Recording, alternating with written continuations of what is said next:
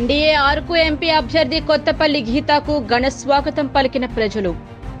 పార్వతీపురం మన్యం జిల్లా సీతానగరం మండలం లచ్చయ్యపేట జంక్షన్లో ఎన్డీఏ కూటమి అరకు ఎంపీ అభ్యర్థిగా కొత్తపల్లి గీతాకు ఘన స్వాగతం పలికిన బీజేపీ, టీడీపీ, జనసేన నాయకులు, కార్యకర్తలు.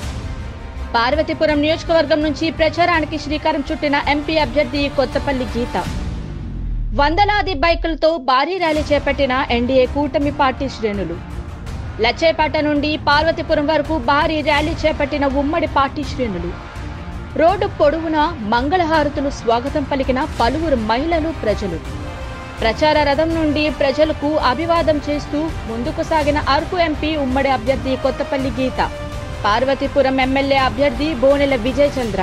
ఈ కూటమి మా ఎవరైతే ఎలక్షన్ ఇన్ఛార్జ్గా మాకు ఇక్కడికి వచ్చారో ఆయన దీన్ని ఒక త్రివేణి సంగమంగా అభివర్ణించడం జరిగింది. ఆంధ్రప్రదేశ్ అభివృద్ధి కోసం, సంక్షేమం కోసం చిత్తశుద్ధితో ఈ కూటమి పనిచేస్తుందని చెప్పడం జరిగింది. ముఖ్యమంత్రి గారు జనాలందరినీ కష్టపెట్టి, బాధపెట్టి, ప్రజలందరూ ఇబ్బంది పడుతుంటే చూసి ఆనందించే పరిస్థితి ఈరోజు మనం చూస్తున్నాం రాష్ట్రంలో.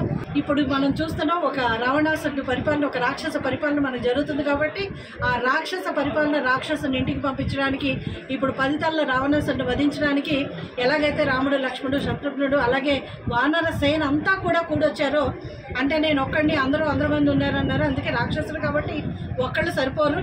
అందరూ కలిసి, ప్రజలందరితో కలిసి మమేకమై ఈరోజు ప్రజలందరూ కూడా ఒక నిర్ణయం తీసుకున్నారు.